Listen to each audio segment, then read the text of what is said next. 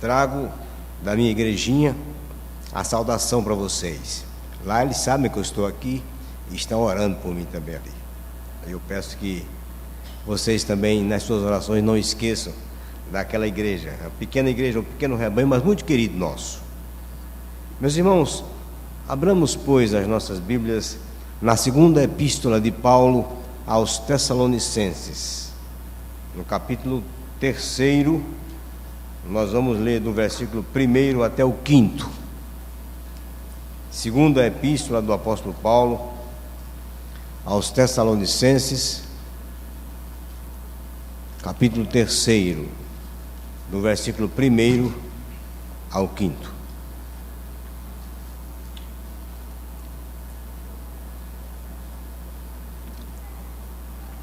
Ouçamos, pois, a leitura da palavra de Deus. Finalmente, irmãos, orai por nós, para que a palavra do Senhor se propague e seja glorificada, como também está acontecendo entre vós, e para que sejamos livres dos homens perversos e maus, porque a fé não é de todos. Todavia o Senhor é fiel, Ele vos confirmará e guardará do maligno. Nós também temos confiança em vós, no Senhor, de que não só estáis praticando as coisas que vos ordenamos, como também continuareis a fazê-las. Oremos. Senhor nosso Deus, nosso Pai, muito obrigado, Senhor, porque estamos na Tua casa e livremente nós podemos abrir a Tua palavra e explicá-la para o Teu povo. Ó Deus amado, dá-nos a iluminação do Teu Espírito. Tira, Senhor, dos nossos olhos as vendas, qualquer coisa que porventura esteja impedindo de compreendermos a Tua palavra, Senhor. Tira-nos, livra-nos de todo e qualquer peso ou qualquer coisa que venha a nos atrapalhar compreender a Tua palavra. E aplica, Senhor, aos nossos corações. Dá-nos a graça, Senhor, de poder expor esse texto com fidelidade à Tua palavra. Mas te pedimos humildemente, Senhor, que Tu nos uses pelo Teu Espírito Santo para a edificação desta igreja. É em nome de Jesus que nós te oramos. Amém. Meus irmãos, este texto faz parte desta carta, a segunda carta de Paulo aos Tessalonicenses. Na verdade, já está no final da carta. Lendo assim, os irmãos vão dizer assim, não faz muito sentido esse texto que o pastor leu. É porque nós precisaríamos ter que expor a carta toda para vocês. Lá na nossa igreja nós já fizemos a exposição da primeira carta e da segunda também. Mas o texto está bem colocado. Por isso eu preciso situar vocês no contexto da carta para que a gente possa caminhar melhor. Veja, a igreja de Tessalônica, ela foi fundada na segunda viagem missionária de Paulo, lá no capítulo 17 de Atos. Capítulo 16 relata a fundação da igreja de Filipos. É um episódio bem conhecido por conta da prisão de Paulo. Paulo estava acompanhado de Silas, ou alguns comentaristas dizem que Silas ou Silvano. Provavelmente estavam com ele também Timóteo e o médico Lucas, que sempre acompanhava o apóstolo. E aconteceram alguns problemas naquele período em que ele esteve ali, apesar de a igreja ter sido fundada, e bem fundada certamente, começando provavelmente na casa de Lídia, tendo também o carcereiro que se converteu como um membro daquela nova igreja. Mas por conta de o apóstolo Paulo ter expulsado o demônio de uma jovem adivinhadora, ele foi preso e depois teve que sair da cidade. E quando ele saiu da cidade de Filipos, ele chegou até a cidade de Tessalônica. E isso faz parte da sua segunda viagem missionária. E como Paulo sempre fazia, e ele era um judeu, ele procurava as sinagogas, e procurou a sinagoga na cidade de Tessalônica e começou também ali a pregar o evangelho. E uma coisa interessante, a primeira carta vai falar disto, é que a cidade de Tessalônica, apesar de ser constituída na sua maioria por gentios, romanos, gregos e alguns judeus também, mas houve naquela cidade uma boa aceitação do Evangelho. E ali começou a surgir rapidamente uma igreja. O texto de Atos nos diz que o apóstolo Paulo passou ali em torno de 3 meses, mas alguns estudiosos acreditam que pelo tamanho da igreja e o desenvolvimento daquela igreja, possivelmente o pastor também, o apóstolo e pastor Paulo, passou mais tempo naquela igreja. Só que aconteceram também algumas coisas interessantes ali. Paulo tinha um problema na sua vida, que alguém que estava sempre no seu pé, que eram os judaizantes. Os judaizantes eram judeus convertidos ao cristianismo, mas que entendiam que era preciso continuar com as práticas judaicas, e Paulo era totalmente contra isto. E alguns judeus, certamente judaizantes, e outros com inveja porque o evangelho estava se propagando naquela cidade, criaram todo um tumulto. Paulo estava hospedado na casa de Jason. Eles foram lá tirar Paulo e Silas, mas no momento em que eles foram, Paulo não estava. Fizeram um problema, contrataram arruaceiros, e o que é que aconteceu? Paulo teve que fugir daquela cidade novamente e foi para a cidade de Atenas. Mas ali se formou uma igreja forte. O apóstolo Paulo chega a dizer que o evangelho naquela igreja cresceu de uma forma tão intensa e correta, que ela se tornou modelo para todas as igrejas da Galácia e da Macedônia também, daquela região ali. Paulo, ele era um pastor. Acima de tudo, ele era um pastor. E ele amava muito as suas ovelhas, aqueles que ele chamava de seus filhos na fé. E Paulo está em Atenas, extremamente preocupado com o que poderia estar acontecendo em Tessalônica. Ele fica muito agoniado, muito preocupado, e chega um momento em que ele não suporta mais e envia Timóteo até Tessalônica para que Timóteo vá lá e confirme a fé daqueles irmãos e fortaleça aqueles irmãos e traga um relatório e veja como aquela igreja está. E Timóteo vai e traz um relatório e diz a ele que a igreja está muito bem, a igreja está crescendo muito. Na primeira carta, Paulo trata de várias questões, inclusive teológicas, questões que ele não trata em outras cartas, como o problema da escatologia. Na primeira carta, a gente percebe que o apóstolo Paulo, com respeito à escatologia, ele deixa claro que a volta de Cristo, ela é repentina e inesperada. Isso criou alguns problemas com aqueles irmãos. Alguns acharam que e então quer dizer que aqueles que morreram, como é que vai ser? Vai haver glorificação para eles, e por conta desses problemas e mais alguns outros, o apóstolo Paulo escreve a segunda carta. Na segunda carta ele corrige alguns problemas daquela igreja. Infelizmente eu não posso tratar de todos eles para vocês, estou dando uma visão bem geral, e ele mostra novamente, tratando da questão escatológica, que apesar de a volta de Cristo ser repentina e inesperada, ela não seria necessariamente imediata. Haveria algumas coisas que teriam de acontecer antes da volta de Cristo. E esse texto que nós lemos, o apóstolo Paulo está justamente terminando a sua segunda carta, dando algumas instruções finais àqueles crentes. E eu gostaria, irmãos, de expor para vocês esse texto, pegando o exemplo do apóstolo Paulo. Até porque se trata de um culto de ordenação, e eu sei que o Arthur vai entender muitas coisas que nós vamos também colocar aqui.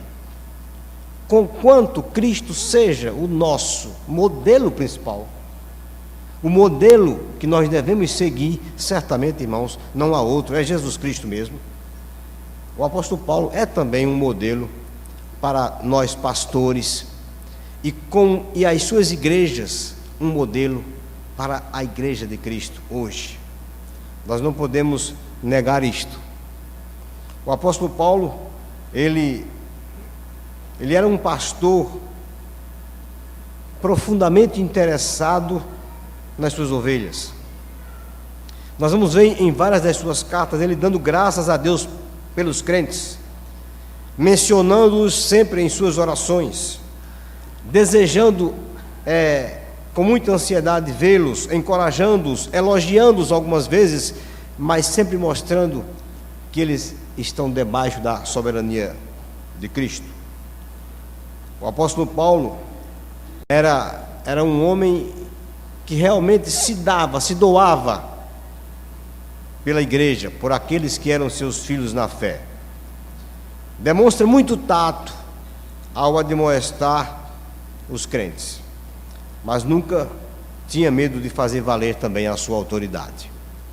Como ele mesmo diz, sede meus imitadores como eu sou de Cristo. Nós podemos também usar o exemplo do apóstolo Paulo para tirarmos lições para nós neste texto. Então, agora olhando para o texto, irmãos, nós podemos dividi-lo em duas sessões. Nos versículos 1 e 2, o apóstolo Paulo pede oração por eles, por Silas e por Timóteo. E nos versículos 3 a 5, o apóstolo Paulo agora se volta para os crentes. Primeiro é como se ele estivesse olhando para si mesmo, pedindo oração por ele e pelos crentes, e depois ele se volta para a igreja. Então vejamos algumas coisas que nós podemos aprender neste texto. Paulo, ele dá muito valor à intercessão dos crentes em seu favor. Em várias das suas cartas, ele pede aos crentes que orem por ele. Aqui nós podemos fazer uma aplicação. Quando um pastor pede à igreja para orar por ele, isso não faz parte de mais um jargão evangélico. É porque realmente ele precisa. Os pastores são pessoas muito solitárias. Os pastores, de um modo geral, eles não têm muito com quem conversar. Eles não são pastoreados. Eles pastoreiam. Eles são aqueles que têm que sempre ter a palavra para dar. Eles não têm muita oportunidade de receber, e sempre dá. Por isso eles precisam muito das orações. Os pastores, eles não são em muitos sentidos diferentes dos outros crentes. Os outros crentes também precisam das orações dos irmãos, mas em alguns sentidos os pastores precisam mais. Então, primeira igreja, orem pelos seus pastores. E se sobrar um tempinho, orem por mim também, tá certo? Que eu também continuo precisando das suas orações. Mas é digno de nota a forma como o apóstolo Paulo pede oração. Ele pede oração pela pregação. Os pastores, eles precisam ter isto em mente. O trabalho, eles foram chamados para um trabalho, para uma obra, a obra de Cristo. Eles estão focados, usando uma palavra muito utilizada hoje entre os jovens, focados no ministério, na pregação da palavra, na divulgação da palavra. O apóstolo Paulo, ele pede, veja que ele diz: finalmente, irmãos, orai por nós, para que a palavra do Senhor se propague. O verbo aqui é corra. É como Paulo, ele tem em mente aqui, ele usa muito essa figura de corridas. Ele tem em mente isto, que o que ele quer é que essa palavra corra, se alastre, se propague o mais possível. Ele quer ver o evangelho crescendo e crescendo e crescendo cada vez mais. Ele chega a dizer em outro local: ai de mim, se não pregar o evangelho. Eu louvo a Deus pelo ministério de missões desta igreja. Acompanho esse ministério virtualmente através do blog e louvo a Deus como esta igreja tem tido coração em missões.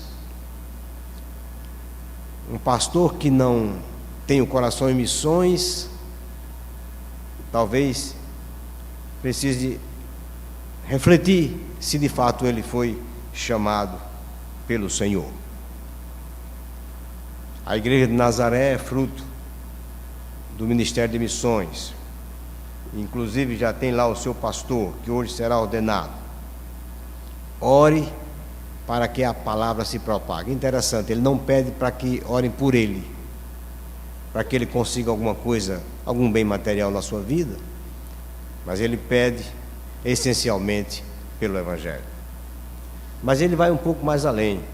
Ele diz assim: orai por nós, para que a palavra do Senhor se propague e seja glorificada, como também está acontecendo entre vós.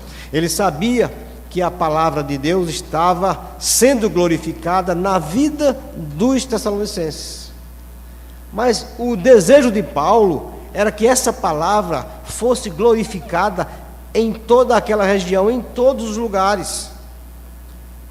A palavra de Deus é glorificada quando é aceita com genuína fé, de modo que ela começa a adornar a vida dos crentes. Aí ela é glorificada. Volta a ideia do apóstolo da corrida.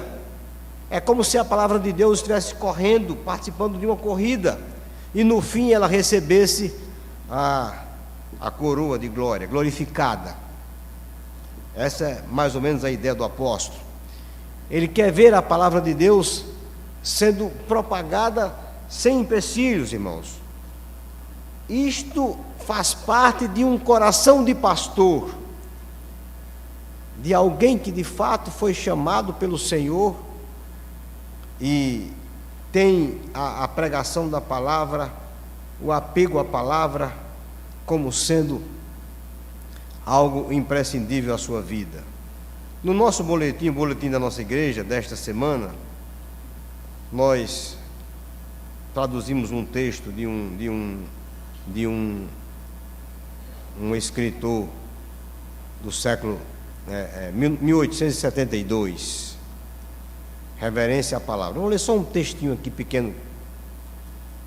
Ele disse: eu sou ministro de Cristo, então como o Senhor vive, o que meu Deus diz, isto deve ser o que eu falo, nada mais, nada menos. À luz desta verdade, quão tremenda é a responsabilidade de meu ofício ministerial. Eu estou debaixo da mais solene obrigação, que é pregar o Evangelho inteiro, e nada mais que o Evangelho, como Deus falou na sua palavra. Eu não devo diluir, nem perverter, nem retê-lo. Eu não devo pregá-lo com reserva, tampouco para minha exaltação ou pelo favor dos homens. Eu tenho que pregar a obediência de Cristo como a justificação gratuita do pecador, a morte de Cristo como o completo perdão do pecador, o exemplo de Cristo como a regra de vida do crente. Em uma palavra, Cristo deve ser tudo em todo o meu ministério, até mesmo o que meu Deus diz. Isto é o que eu devo falar. Ai de mim, se eu não pregar o puro, simples e não adulterado Evangelho de Cristo. Aí ele diz: o sangue das almas Deus requererá das minhas mãos. Isso é verdade, irmãos. Por isso que o pastor precisa de oração. Precisa muito de oração.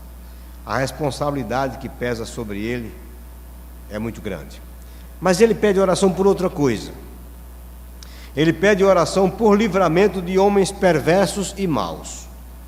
Está aqui no versículo 2. e para que sejamos livres dos homens perversos e maus, porque a fé não é de todos.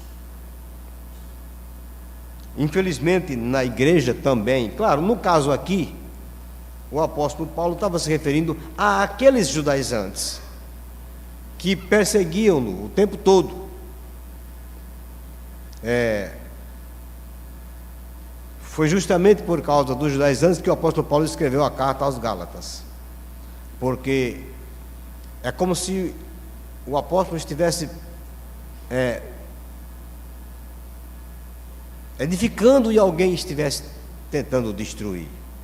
O apóstolo pregava a liberdade do evangelho, o evangelho livre das sombras da velha aliança, e vem os judaizantes e diziam: não, tudo bem, pode aceitar a Cristo, mas tem que manter ainda as exigências da velha aliança. Isso foi um problema muito sério na vida do apóstolo, e muitas outras coisas que o apóstolo, pessoas que o apóstolo chama de pessoas más e perversas, que ou por inveja ou de qualquer outra forma atrapalhavam o seu ministério. Eu não tenho, irmãos, uma aplicação prática para este tópico, mas posso dizer que é possível também hoje os pastores passarem por coisas parecidas com estas. É possível. Não me arrisco a fazer uma aplicação prática porque não tenho mesmo. Mas uma coisa é certa: nem todos os que estão na igreja são de fato crentes, não é verdade? Isso nós não temos nenhuma dificuldade em entender isto, porque ele mesmo diz: porque a fé não é de todos, nem todos são de fato crentes. Certamente não nesta igreja, nem na minha igreja, eu louvo a Deus por isto, mas há igrejas em que tem crentes que dão muito trabalho aos pastores, dão muito trabalho mesmo, e às vezes é por isso que o pastor tem que pedir a Deus, tem que pedir à igreja que ore por ele, para que Deus dê a ele sabedoria, para que ele saiba tratar destas questões. A partir do versículo 3, agora o apóstolo Paulo vai se voltar para a igreja, ele vai olhar para a igreja, não olha mais para si, não pede mais oração por si, como se ele tirasse os olhos dele e se voltasse agora para a igreja. E ele faz isso de 3 maneiras. A primeira está no versículo 3, ele diz: todavia o Senhor é fiel, ele vos confirmará e guardará do maligno. O apóstolo Paulo tem plena consciência, como pastor, que a igreja não é dele, a igreja é de Cristo. Quem vai cuidar da igreja, em última análise, é Jesus. Ele é apenas o ministro do Senhor, para levar a palavra, para pastorear aquele rebanho, mas a igreja é de Cristo. Por isso ele diz: todavia o Senhor é fiel, ele vos confirmará e guardará do maligno. Nenhum pastor, por melhor pregador que seja, por mais ungido que esteja, conseguirá guardar a igreja de Cristo do maligno. Nenhum. Ele certamente é usado por Deus para instruir a igreja nos caminhos em que ela deve andar, para evitar cair na cilada do inimigo. Mas quem de fato guarda a igreja é o Senhor Jesus. Muitas vezes se abatem sobre a igreja crises que fazem parte da igreja, e elas são certamente permitidas pelo Senhor para fortalecer a igreja. Às vezes essas crises acontecem numa área frágil da igreja, e a igreja precisa passar por aquela crise para que no fim ela possa se ver forte, porque quem cuida da igreja é o Senhor Jesus. Então o pastor precisa também ter essa consciência, e a igreja também. O pastor não é o dono é Jesus, o supremo pastor. A última palavra nunca será do pastor, a única palavra é de Cristo. Cristo é aquele que cuida, é aquele que confirma, é aquele que fortalece os crentes, é aquele que guarda os crentes. O apóstolo tinha consciência disso, ele sabia que o diabo está ativo no mundo. Ele mesmo diz na primeira carta que mais de uma vez ele tentou visitar a igreja de Tessalônica e foi impedido pelo diabo. Foi o próprio diabo quem o impediu. Ele sabe dessas coisas, mas ele também tem essa consciência de que quem cuida da igreja é o Senhor Jesus. Os missionários Paulo, Silas e Timóteo, eles também confiam na igreja, confiam nos crentes. Versículo 4: nós também temos confiança em vós, no Senhor. Eles confiam nos crentes, mas no Senhor. Esta expressão no Senhor, irmãos, nos dá a segurança e a certeza de que nós não somos nada fora de Cristo. Fora de Cristo, nós estamos perdidos. Não passaremos de ovelhas sem pastor. É em Cristo que nós somos uma igreja, nós somos um organismo. E esses missionários, aqui ele usa o nome nós, eles tinham confiança de que aqueles crentes estavam no Senhor. O pastor precisa também ter esta confiança, porque eu quero dizer uma coisa para vocês: muitas vezes acontece comigo, não sei se acontece com os demais pastores, mas eu vou dizer a minha experiência. Eu termino de pregar e saio do púlpito como que meio arrasado. A sensação é de que eu não consegui dizer coisa com coisa. Não houve feedback da igreja. E eu saio dali meio perdido. Digo: Senhor, eu acho que hoje não foi bom. Acho que a mensagem hoje não foi de fato boa. E às vezes eu volto para casa até meio triste mesmo.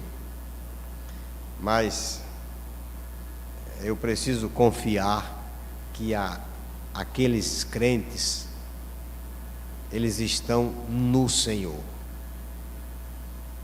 Não é a minha palavra, não é a minha eloquência, não é a minha lógica, mas é no Senhor. É o Senhor quem cuida deles. Por isso ele diz: nós também temos confiança em vós, no Senhor, de que não só estáis praticando as coisas que vos ordenamos, como também continuareis a fazê-las. Às vezes depois, um irmão vem para mim e diz: pastor, aquela mensagem que o senhor falou era exatamente aquela mensagem que eu estava precisando para aquele momento. Muito tempo depois, às vezes vem um feedback assim, porque o pastor precisa ter essa confiança, confiar que a igreja está recebendo a mensagem no Senhor, e o Senhor vai fazer a transformação necessária no coração de cada um deles. E finalmente, irmãos, ele ora pelos crentes. E aqui eu queria fazer uma pausa. O pastor precisa ser um homem de oração, precisa orar, precisa aprender a dobrar os joelhos e não orar 5 minutos, orar 1 hora, 40 minutos, ou até mais, dependendo da necessidade. Precisa reservar um tempo para a oração, precisa se disciplinar neste ministério, precisa entender que a oração na vida do crente é um exercício de submissão, de humilhação. Nós chegamos diante do Senhor completamente humilhados. Não tem como chegarmos diante do Senhor com um mínimo de exaltação ou de soberba. O pastor que quiser ter um ministério profícuo, ele terá que enveredar pelo caminho da oração. Seria uma temeridade um pastor achar que pode desenvolver um ministério à parte da oração. Ele tanto precisa das orações da igreja, quanto ele precisa ser alguém dedicado à oração. Eu louvo a Deus porque o Senhor me colocou numa igreja pequena, que só tem 70 membros. Então foi fácil para mim decorar o nome das 70 pessoas. E até os nomes dos seus familiares também, porque eles me pedem às vezes orar por alguns familiares que não são crentes, então foi fácil decorar o nome de 70 pessoas e orar por cada uma delas. Eu sei que numa igreja grande é difícil o pastor Cláudio decorar, nem de longe ele vai ter condições de decorar o nome de 300 pessoas, não sei, ou mais, não é? Mas o pastor precisa gastar tempo em oração. É a oração, irmãos, na vida do crente, na vida do pastor, que vai dizer, entre aspas, o seu sucesso. E uma coisa interessante, quanto mais ele ora, mais ele se humilha. Quanto mais ele ora, mais ele vê distante dele a soberba, o orgulho, a vaidade. Quanto mais ele ora, mais ele percebe que ele não é nada. Ele percebe que ele é pequeno, e pequeno, e pequeno. E o quanto ele precisa da graça de Deus para poder subsistir num ministério tão difícil, que é o ministério pastoral. Paulo orava pelos crentes. Veja o que é que ele diz aqui, olha. Ora, o Senhor conduza o vosso coração no amor de Deus e a constância de Cristo. O desejo do apóstolo era que aqueles crentes fossem crentes fortes, fossem crentes motivados pelo amor de Deus. Na verdade, ele não está falando aqui, quando ele fala do amor de Deus, como ele diz, né? Ora, o Senhor conduz o vosso coração ao amor de Deus. Ele não está se referindo ao amor dos crentes por Deus, mas ao amor de Deus pelos crentes. Aquele amor que ele se refere lá em Romanos 5,5, que é derramado em nossos corações quando o Espírito Santo vem habitar em nós. Mas muitas vezes esse amor que é derramado com profusão na vida dos crentes, ele é apagado, ele não se transforma num amor operante, por conta de muitas coisas na vida. Pode ser até as próprias dificuldades, ou a própria vida em si, vão apagando, esfriando esse amor. E o apóstolo ora para que os crentes sejam conduzidos a este amor, de maneira que esse amor que o Senhor derramou nos corações deles, quando eles se converteram, passe a ser um amor operante, que seja evidenciado nas suas vidas, nas suas atitudes, em tudo aquilo que eles fazem. E ele pede também pela constância de Cristo, não é? Ele diz, e a constância de Cristo, ou a paciência de Cristo, pode ser outra palavra usada, que é a graça para suportar o peso, é a firmeza, não importando qual seja o custo. Não há nada que doa mais no coração do pastor do que ver uma ovelha sua, alguém que ele pregou o evangelho, cuidou, discipulou, tratou dela, se desviar do evangelho e dizer que não quer mais e deixar o evangelho de alguma forma. O apóstolo João, escrevendo à senhora eleita, ele diz que ele não há alegria maior para ele do que saber que os teus filhos andam na verdade. A maior alegria do pastor é saber que aqueles crentes que ele pastoreia, que ele cuida deles, que ele discipula, eles andam na verdade, estão com o Senhor, estão firmes na fé. Essa é a melhor coisa que o pastor pode desejar dos crentes. Não necessariamente coisas materiais, são boas, são coisas boas, realmente. Nós oramos muitas vezes para que Deus dê emprego e facilite a vida dos crentes, mas a maior bênção na vida dos crentes, e essa bênção é a bênção que o pastor deve buscar mais nas suas orações, é que o amor de Cristo, o amor de Deus, possa ser evidenciado na vida deles e que eles se mantenham constantes, firmes no Evangelho até a volta do Senhor. Meus irmãos, este era o texto que nós desejamos compartilhar. E quando estudamos esse texto com a igreja, entendemos que ele tinha muito a ver comigo, como pastor, e com a igreja também, porque na verdade essas duas coisas andam juntas, né? Pastor e igreja são duas coisas que andam juntas. Por isso resolvi expor este texto para vocês. A minha esperança, irmãos, é que as verdades aqui contidas, certamente não exauridas por mim, nem de longe, nas minhas limitações eu conseguiria atingir a profundidade desse texto, tirar dele tudo aquilo que o autor quis dizer, nem de longe, também não foi esta a minha pretensão, mas certamente o Senhor trouxe à luz algumas verdades que nós podemos usar e certamente sermos mais maduros como cristãos e pastores também. Peço a Deus e rogo ao Senhor que esta igreja cresça cada vez mais nessa relação pastor-igreja, que ela cresça, que ela cuide do seu pastor e que o pastor desta igreja cuide desta igreja e que isto seja uma harmonia. Esta é a minha oração. O Senhor, pois, seja com cada um de nós. Amém.